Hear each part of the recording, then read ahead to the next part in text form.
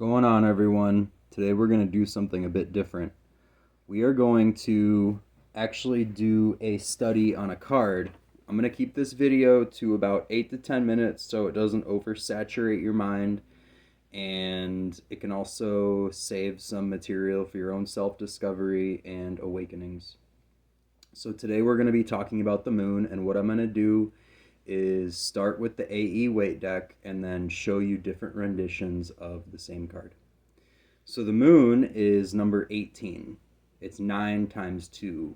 So Kabbalistically, it is the foundation of the foundation.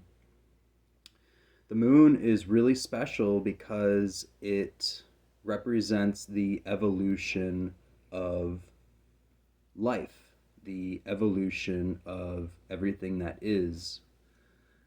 The card depicts a crustacean walking out of the water and a wolf and a dog. So the moon controls the tides, and as the tide gets low, it forces crustacean creatures like crabs and lobsters and basically sea life that hangs out next to the shore to either retreat back into the water or to go closer to land. So what happened is when the tide would get low, some of the creatures would go towards the land and some of the creatures would go closer towards the water, and it pushed the evolutionary tract of Earth towards land.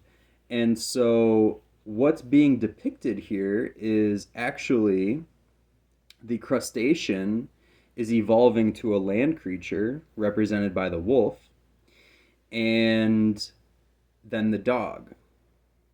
So the reason that it goes crustacean, wolf, dog is because man is depicted by the towers. Humanity is the only species on Earth that can build very sophisticated structures. Now, humanity can also be seen in the face of the moon, but what if the moon was actually the face of Source, the face of God, and humanity is reaching towards God by building the towers? So one thing that I wanted to talk about was how there's a path in between the wolf and the dog. So on the right side represents the pillar of mercy, Kabbalistically, and the left side represents the pillar of severity. Now, the right side, the pillar of mercy, gives. It has the powers of Jupiter attached to it. Okay? It's also assigned to Hokmah. Okay? Hokmah is the giving force, the expansive force in the universe, and the left side is the contractive force, Bina. Okay? Bina is assigned to Saturn. Saturn concentrates things, it restricts things. Okay? It doesn't allow things to grow to its maximum potential.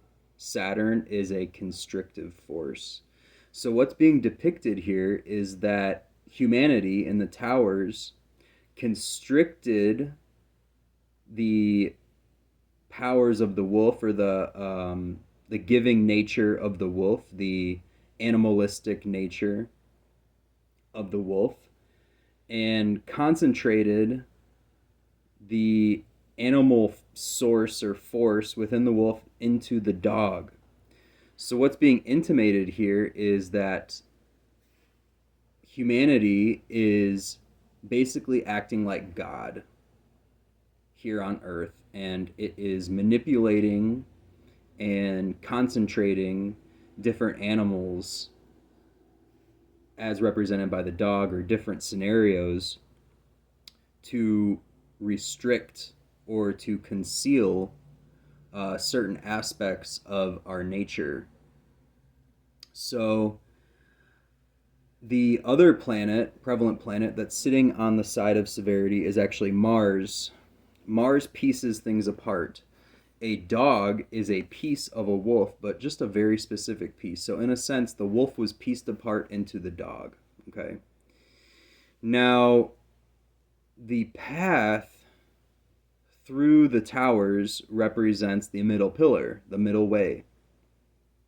In Kabbalah, people seek to take the middle pillar towards beauty, towards Tippereth, and ultimately towards Kether, the crown, the unspeakable, the source. And the towers thus represent going past the third dimension of consciousness into the fourth. So, as humans, we build towers, we build structures, and they are means of safety. Okay? When we can step beyond our patterns of going to work, you know, having a certain routine, and we can step beyond our physical form, our material form, and our material bodies that keep our minds safe and, make us feel comforted, we can actually go into the fourth dimension where they say time does not exist. We can tap into the Akashic records, and ultimately that's where the collective unconsciousness sits, is beyond ourself, beyond our material flesh, our comfort zone, to say. Now, in the light of the moon, there are 32 rays, okay? The 32 angles coming off of the moon. Now, in Kabbalah, there's 32 paths to wisdom. There are the 10 Sephiroth, and then there are the 22 letters. Now, that kind of speaks for itself. But in Gematria, 32 actually represents the heart. Okay? Now, all living things here on earth have a beating heart. Even a water flea. Okay? So what this represents is that the flowing powers of waters, the flowing powers of water is evolution. The crustacean passed the conscious powers to the wolf, and the wolf passed the conscious powers to the dog, and then the dog was manipulated into its form by man. So it really just represents man acting as God here on earth. Now, let's look at a couple different cards. This is the BOTA version, and BOTA stands for Builders of the Adeton. This is probably the second most popular deck. Actually, I'm going to take that back. It's probably the third most popular deck in the US, next to Crowley's deck, which is what we will look at in a moment here. But it's basically the same interpretation that Mr. Waite was portraying, except actually here we have the Hebrew letter represented. And that is, I believe it's Kof, but let me check. Doo-doo-doo.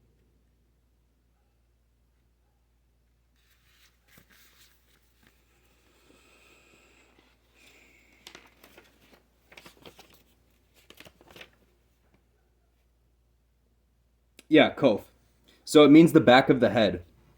And what this is representing is that in the back of our subconsciousness, the back of the head, is our evolutionary pattern, and ultimately which will lead us to the collective unconsciousness, which is represented by the pool.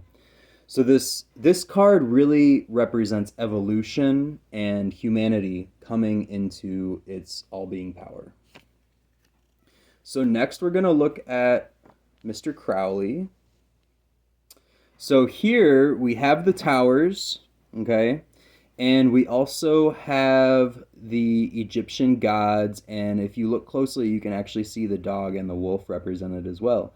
But what's really prevalent in this card are the waves, the wavy motions of the moon. Okay, the moon has phases, like we talked about earlier in the video, where the moon actually pushes and pulls the tides. It's the changing nature of our emotions, of our reality. Okay. Now, if you look at a evolution graph, a graph of evolution, it actually is wavy. Okay. And what that represents is the pushing and pulling of certain traits that express themselves and then are beneficial, so there's a increase in population, and then something will happen to a species and it will start to decrease. Okay.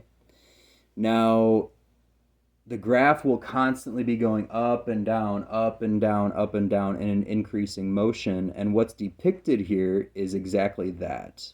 Now, another thing that waves is water, the basis of life. Okay. When God or Source or whatever created our manifestation looked upon water, it saw its reflection. Water reflects. Okay.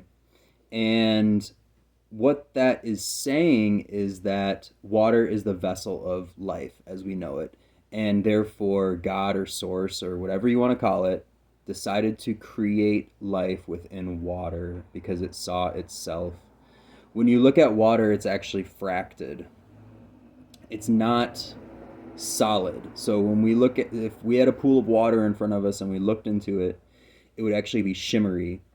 Now, this is why humanity is latent in its powers. We are latent in our clairvoyant capabilities, in our telepathic capabilities, in our ability to remember all of our reincarnations. Okay, that is basically what the fourth dimension represents. So this card represents our evolution back to the fourth dimension, our evolution here on Earth, our evolution through water. Okay. Now, what gets even more interesting is that water has a positive and a negative side. Okay. It has a push and a pull on a atomic level. If you look at a water molecule, it has a positive and a negative side, positive and negative charges. Okay, and it creates a neutral force. Now, this is the Hermetic Tarot, and it actually depicts this idea really nicely, especially with the sign of Pisces. So Pisces is a water sign, and it is actually forefronted here in the very top inside of the moon. And if we use a little imagination, it has a plus and a negative side. It's divided, but also equal with a line down the middle. Okay. On this, we also have a left and a right side representing the positive and negative forces of water. The moon also waxes and wanes. It has a full and a new moon. So hermetically, water was the most viable source of life here in our physical reality of time and space. It has a positive and a negative, so therefore it is as above and so below. What we're really getting around to here is this card represents evolution. This card represents looking deep into our minds and finding what is true for ourselves, conquering our bodies, and thus ascending our spirits back to its original source, back to its original state of being.